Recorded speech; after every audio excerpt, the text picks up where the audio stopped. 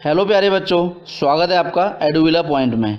आज हम पढ़ेंगे गणित की कक्षा 9 की वर्कशीट नंबर 19। इसमें सबसे पहले आप क्या करेंगे, यहाँ पे अपना नाम लिख देंगे और यहाँ पे कक्षा अध्यापक का नाम यानी कि क्लास टीचर का नाम। तो आज की जो हमारी वर्कशीट है वो मुख्यतः किस चीज़ के लिए है? दो चर वाले रैखिक समीकरण के लिए।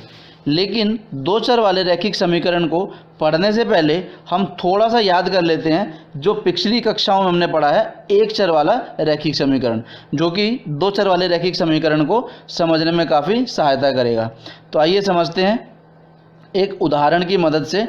जो उदाहरण हमें दिया हुआ है 2x घटा 3 बराबर 9x घटा 3, ये एक चर वाला रैखिक समीकरण है। क्यों है? क्योंकि इस रैखिक समीकरण में आपको सिर्फ एक ही चर दिया हुआ है जो कि है x। अब इसमें आप देखेंगे कि एक जो चर है वो बराबर के दोनों तरफ दे रखा है। समीकरण जो है वो बराबर के दोनों तरफ चर दिया हुआ है। तो इस समीकरण को समझने के लिए हमें यहाँ पे 3 बॉक्स दिए गए हैं जिसमें बताया गया है कि इस समीकरण में कौन सी चीज़ क्या कहलाती है। सबसे पहले क्या है? 2x घटा 3 बराबर 9x घटा 3। तो जो बराबर के बाईं ओर की जो इक्वेशन लिखी होती है, जो समीकरण लिखा जाता है, ये हमारा क्या कहलाता है? LHS लेफ्ट हैंड साइड यानी कि बायां पक्ष। और बराबर के जो दाईं ओर का पक्ष है वो क्या कहलाता है? हमारा RHS यानी कि दायां पक्ष। क्लियर है? चलिए आगे देखते हैं क्या कहता है। किसी समीकरण का हल प्राप्त करने के लिए समीकरण के दोनों तरफ एक ही तरफ की गणितीय संक्रियाएं की जाती है। मतलब किसी भी एक चर वाले रैखिक समीकरण में अगर हमें उसका हल प्राप्त करना है तो उसको दोनों तरफ हमें एक ही तरीके की गणितीय संक्रिया करनी पड़ेगी। जैसे कि दोनों तरफ या तो जोड़ देना, या दोनों तरफ घटा देना, गुणा कर देना या भाग कर देना। और ऐसा वो मान जो कि रैखिक समीकरण में रखने पर बायां पक्ष और दायां पक्ष यानी कि लेफ्ट हैंड साइड और राइट हैंड साइड का मान जब बराबर हो जाता है तो वो जो रखा गया मान है वो उस समीकरण का हल कहलाता है। क्या कहलाता है? समीकरण का हल। क्लियर है? आइए इसे और अच्छे से एक उदाहरण की मदद से समझते हैं। यहाँ पे हमें एक उदाहरण दिया गया है 2x जमा 9 बराबर 4, इसको हल कीजिए। तो यहाँ पे सबसे पहले हम देखेंगे हमें सिर्फ एक ही चर दे रखा है x का यहाँ पे, तो ये एक चर वाला रैखिक समीकरण है। अब हमें x का मान निकालना है तो x के साथ देखेंगे हम अतिरिक्त क्या है यहाँ पे? जमा का 9। तो इस जमा के 9 को हटाने के लिए हम क्या करेंगे? 9 यहाँ से घटा देंगे। अगर हमने लेफ्ट हैंड साइड में यानी बाएं पक्ष में 9 घटाया है तो हमें दाएं पक्ष में भी यानी कि राइट हैंड साइड में भी 9 घटाना पड़ेगा। तो इक्वेशन हमारा जो समीकरण है वो क्या बन जाएगा? ये 2x जमा 9 जो कि क्वेश्चन में दिया हुआ था घटा 9 बराबर 4 घटा 9। तो इस 9 से ये 9 कट जाएगा, हमारा बचेगा क्या? 2x बराबर घटा का 5, क्योंकि 4 और 9 को जब हम घटाएंगे तो बड़ी संख्या के आगे जो निशान है वो लगा दिया जाएगा। अब यहाँ पे हमारा जो मान आया है वो क्या आया है? 2x बराबर घटा का 5। तो x इधर हमारा जो है वो 2 के साथ गुणा में है, जब दूसरी तरफ जाएगा तो वो भाग में हो जाएगा। तो इसका मान क्या आ जाएगा? x बराबर घटा का 5 यानी -5 और बटे में 2। यही हमारा इस समीकरण का x का मान होगा और यही इस समीकरण का हल कहलाएगा। क्लियर है? अब देखिए राइट हैंड साइड में यहाँ पे आपको कुछ क्वेश्चन दे रखे हैं स्वयं प्रयास के लिए। तो आपको इनको हम स्टार्ट करते हैं और अच्छे से समझते हैं कि किस तरीके से इनका हल निकाला जाएगा।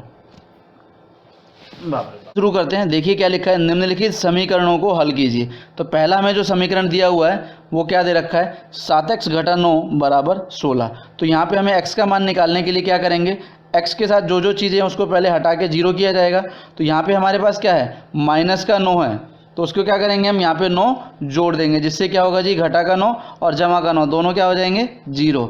अब हमने अगर लेफ्ट हैंड साइड में 9 जोड़ा है तो हमें राइट हैंड साइड में भी 9 जोड़ना पड़ेगा। ठीक है, आगे सॉल्व करते हैं इसको। ये माइनस का 9 और प्लस का 9 ये दोनों क्या हो जाएंगे? 0। और इधर हमारा बचेगा क्या? सिर्फ 7x। दाएं पक्ष में देखते हैं राइट हैंड साइड में 16 जमा 9 कितना हो जाएगा? 25। तो 7x बराबर अगर हमारा 25 आ रहा है तो x की वैल्यू कितनी हो जाएगी जी? इस तरफ जाएगा तो ये 25 और बटे में 7, ये हो जाएगा हमारा x का मान। क्लियर है? चलिए नेक्स्ट क्वेश्चन देखते हैं। क्या दे रखा है आपको, 5x जमा 9 बराबर 5 जमा 3x। अब समीकरण तो ये भी एक चर वाला ही है, लेकिन हमें क्या करा है, x का मान दोनों तरफ दे रखा है। तो हम क्या करेंगे, पहले जो x वाला चर है उसको एक तरफ कर लेंगे और बाकी जो वैल्यू है उसको दूसरी तरफ रहने देंगे। तो कैसे होगा ये हमारा 5x जमा 9, जो कि क्वेश्चन में एज इट इज़ आपको दिया हुआ है। जो इधर जमा का 3x है, जब वो लेफ्ट हैंड साइड में जाएगा तो क्या हो जाएगा, घटा का 3x। अब बराबर 5 यहाँ ऐसे ही रह जाएगा। अब 5x में से 3x को माइनस करिए तो क्या बचेगा आपका, 2x जमा 9 बराबर 5। यहाँ तक हमारा ये समीकरण अब बन गया। अब हमें x का मान चाहिए, लेकिन x के मान के साथ क्या है, यहाँ पे 9 दे रखा है, वो भी किस चीज़ का, प्लस का।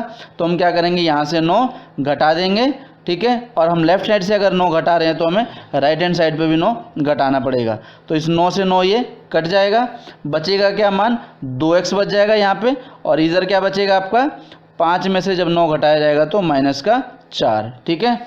अब हमारा आ गया 2x बराबर -4। तो x का मान कितना हो जाएगा, जब ये इधर जाएगा तो जो गुणा में था वो हो जाएगा भाग, यानी कि 4/2 माइनस का। इनको हम दोनों को काट देंगे क्योंकि दोनों एक ही पाड़े में आते हैं। तो क्या बच जाएगा, 2 दूनी 4 यानी -2। ये हमारा इसका आंसर, ठीक है। चलिए देखते हैं अगला क्वेश्चन, सी पार्ट में क्या दे रखा है, 15/4 -7y बराबर 9, ठीक है। तो इसमें हम क्या करेंगे, -7y हमें इसमें y का मान निकालना है, एक चर वाला रैखिक समीकरण है। इसके साथ अतिरिक्त क्या दे रखा है, 15/4। तो इसमें क्या है, यहाँ पे जब जमा का 15/4 है तो हम घटा का 15/4 लगा देंगे। और हमने अगर लेफ्ट हैंड साइड में लगाया तो हमें राइट हैंड साइड में भी लगाना पड़ेगा। इससे क्या होगा, ये दोनों कट जाएंगे, ठीक है। बचा यहाँ पे -7y और इधर क्या हो जाएगा, दोनों का एलसीएम लेंगे। 1 और 4 का एलसीएम कितना आ गया, 4। 4 को 1 से भाग किया जाएगा, कितना आएगा 4, और उसे 9 से गुणा कर देंगे, 9 चौक 36। इसी तरीके से 4 से 4 भाग करेंगे तो 1 आ गया, और 15 से गुणा करेंगे उसे तो 15। तो 36 - 15/4 क्या मान आएगा, -7y बराबर 21/4। तो y का मान कितना आ जाएगा जी आपका, y बराबर 21/4, और ये जो -7 था वो नीचे आ जाएगा। ये बन जाएगा हमारा 21/-28।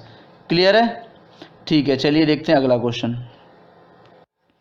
तो अगला प्रश्न क्या है हमारा, x/2 जमा 7/2 बराबर 9/2। यहाँ हम देखेंगे अतिरिक्त क्या दे रखा है हमें, 7/2। तो 7/2 को दोनों तरफ से घटा दिया जाएगा। क्या बन जाएगा जी हमारा, ये x/2 जमा 7/2। ये प्रश्न में दिया हुआ है, हमने क्या किया, -7/2। तो राइट हैंड साइड पे भी -7/2 कर देंगे। अब इससे ये हमारा कट जाएगा, यहाँ क्या बचा, x/2। और इधर हम देखेंगे क्योंकि दोनों हर हमारे समान हैं तो जो अंश है उनको ऐसे ही घटा दिया जाएगा, यानी कि 9 - 7/2। तो ये आ गया 2/2। तो x/2 की वैल्यू बराबर क्या आ गई, 2/2 1। तो जब यहाँ पे जो 2 नीचे भाग में है वो इधर जाएगा जब, तो वो हो जाएगा गुणा में, यानी 1 × 2। तो x बराबर क्या आ गया, मान 2। ये हमारी x का मान आ गया, यही समीकरण का हल कहलाएगा। क्लियर है, चलिए देखते हैं अगला। तो आइए बढ़ते हैं हम दो चर वाले रैखिक समीकरण की तरफ। x जमा y बराबर 150 दो चर वाले रैखिक समीकरण का उदाहरण है। क्यों है, क्योंकि इस समीकरण में हमारे पास दो चर आ गए, एक x है और एक y है। दो चर वाले रैखिक समीकरण को हम मानक रूप में ax जमा by जमा c बराबर 0 इस तरीके से इसको मानक रूप में लिखा जाता है, जहाँ पे a b c तीनों ही क्या हैं, वास्तविक संख्याएं हैं, और a और b शून्य नहीं है। ठीक है जी, क्या है इसका मानक रूप, ax जमा by जमा c बराबर 0।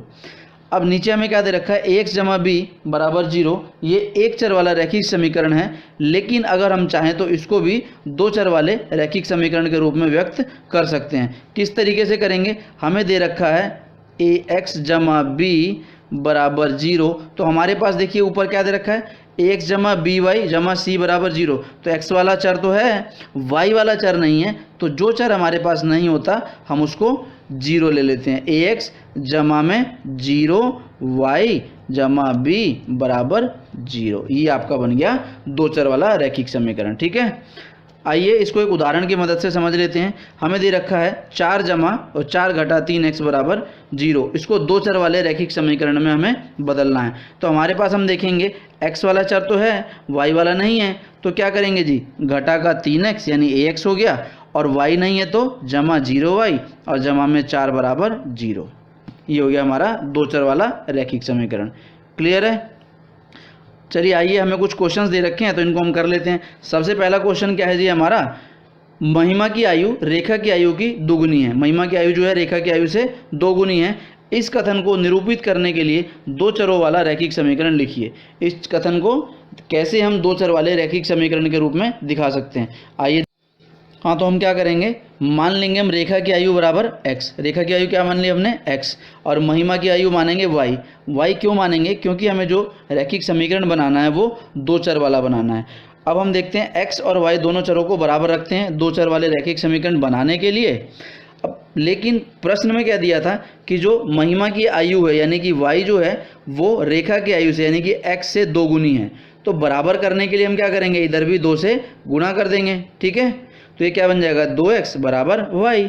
अब इस y को भी हम क्या करेंगे, लेफ्ट हैंड साइड में ले आएंगे, तो ये बन जाएगा 2x घटा y बराबर 0। ये हो गया हमारा दो चर वाला रैखिक समीकरण, ठीक है। क्लियर है। तो देखते हैं अगला क्वेश्चन। अगला प्रश्न क्या है हमारा, नीचे दिए गए रैखिक समीकरण को मानक रूप में व्यक्त कीजिए। मानक रूप मतलब ax जमा by जमा c बराबर 0, और प्रत्येक स्थिति में a b और c का मान बताइए, ठीक है। चलिए आइए इनको देखते हैं कैसे सॉल्व करेंगे। हाँ जी, पहला प्रश्न क्या है, 2x जमा 3y बराबर 1.15। तो हमें ax दे रखा है, यहाँ पे by दे रखा है, जो c है वो दूसरी तरफ है। तो इसको हम क्या करेंगे, सबसे पहले लेफ्ट हैंड साइड ले आएंगे, यानी ये बन जाएगा 2x जमा 3y घटा 1.15 बराबर 0। अब हमारा ये बिल्कुल मानक रूप में आ गया, ax जमा by जमा c बराबर 0। तो a का मान कितना हो जाएगा, 2 हो जाएगा, b का मान कितना हो जाएगा, 3, और c का मान घटा में 1.15, ठीक है। देखते हैं अगला प्रश्न। अगला प्रश्न क्या है हमारा, -2x बराबर 5y। तो इसमें क्या है, दोनों हमें चर दे रखे हैं, हमें सिर्फ क्या करना है, इनको एक तरफ कर देना है। तो ये हो जाएगा -2x, जब ये 5y जमा का इस तरफ जाएगा तो क्या हो जाएगा, ये भी घटा का घटा 5y बराबर 0। अब हमारे पास देखेंगे जी ax हो गया, by है, c नहीं है तो वो 0 हो जाएगा। तो a की वैल्यू हमारी क्या हो गई, -2, और b की वैल्यू क्या हो गई, -5, और c नहीं है तो वो क्या हो जाएगा हमारा 0, ठीक है। इसी प्रकार तीसरा प्रश्न देखते हैं, x घटा 7y बराबर -4। तो हमारा ax दे रखा है हमें, by दे रखा है हमें, c जो है इधर दे रखा है राइट हैंड साइड पे। तो ये जब इधर जाएगा तो जमा का हो जाएगा, इसको हम लिख देंगे 1x, क्योंकि x के आगे कुछ नहीं है तो हम 1 लिख सकते हैं, घटा 7y जमा 4 बराबर 0, ठीक है। तो a का मान कितना हो जाएगा 1, b का मान -7, और c का मान 4। क्लियर है। चलिए देखते हैं तीसरा प्रश्न क्या कहता है जी, नीचे दिए गए समीकरणों को दो चर वाले रैखिक समीकरण के रूप में व्यक्त कीजिए। जितने भी समीकरण दे रखे हैं इसको दो चर वाले रैखिक समीकरण के रूप में व्यक्त करना है। दो चर वाला कैसे होता है, ax जमा by जमा c बराबर 0, ठीक है। तो आइए इनको देखते हैं कैसे करेंगे। सबसे पहले आपको क्या दे रखा है, x बराबर घटा का 5। तो हम इसको क्या करेंगे, इस तरफ ले आएंगे लेफ्ट हैंड साइड में। तो जो इधर घटा का 5 था उधर जाके क्या हो जाएगा, जमा का 5। हमारी इक्वेशन बन गई x जमा 5 बराबर 0। अब x तो वेरिएबल आ गया हमारे पास, यानी x तो चर आ गया, और जो y का चर है वो हमारे पास नहीं है। तो हम उसको क्या ले लेंगे, 0y। जो भी चर हमारा इसमें से नहीं होता समीकरण के अंदर उसको हम 0 लगा के ले सकते हैं। जमा 5 बराबर 0। ऐसे में x की वैल्यू, a की वैल्यू क्या हो जाएगी 1, b की वैल्यू 0, और c की वैल्यू 5, ठीक है। लेकिन हमसे सिर्फ ये कहा गया इसको दो चर वाले रैखिक समीकरण के रूप में व्यक्त करना है, तो हम इसको सिर्फ यहीं तक करके छोड़ देंगे, 1x जमा 0y जमा 5 बराबर 0। क्लियर है। अगला प्रश्न देखते हैं, b बराबर 3 और y बराबर 3। तो y बराबर 3 में हमारे पास एक चर दे दिया, दूसरा चर नहीं है x वाला, तो उसको हम 0 ले लेंगे, ठीक है। तो इक्वेशन कैसे बन जाएगा हमारा समीकरण, ये 0x जमा y घटा 3 बराबर 0। समझ में आ गया। तीसरा देखते हैं, 5 बराबर 2x। तो हमारे पास x वाला चर है, y वाला नहीं है, y वाले को हम 0 ले लेंगे, ठीक है। इस क्वेश्चन को मैंने तो कर रखा है, आप एक काम करिए, अपने आप इसको सॉल्यूशन करिए और कमेंट बॉक्स में हमें करके और उत्तर बताइए, ठीक है। नेक्स्ट देख लेते हैं, फोर्थ, 3x जमा 2 बराबर 0। इसमें क्या है, हमारा x वाला हमें चर दे रखा है, y वाला नहीं है, तो उसको हम 0 ले लेंगे। तो समीकरण क्या बनेगा जी हमारा, 3x जमा 0y जमा 2 बराबर 0, ठीक है। ये हो गया हमारा चौथा क्वेश्चन। तो उम्मीद करता हूँ आपको क्वेश्चन समझ में आए होंगे, प्रश्न सारे, और वीडियो अच्छी लगी होगी। अगर वीडियो अच्छी लगी है तो उसे लाइक करें, ज़्यादा से ज़्यादा शेयर करें, और अगर आपने अभी तक चैनल सब्सक्राइब नहीं किया तो उसे सब्सक्राइब कर लें, ताकि आने वाली सभी वीडियोज़ के नोटिफिकेशन आपको मिलते रहें। मिलते हैं नेक्स्ट वीडियो के साथ, तब तक के लिए बाय बाय।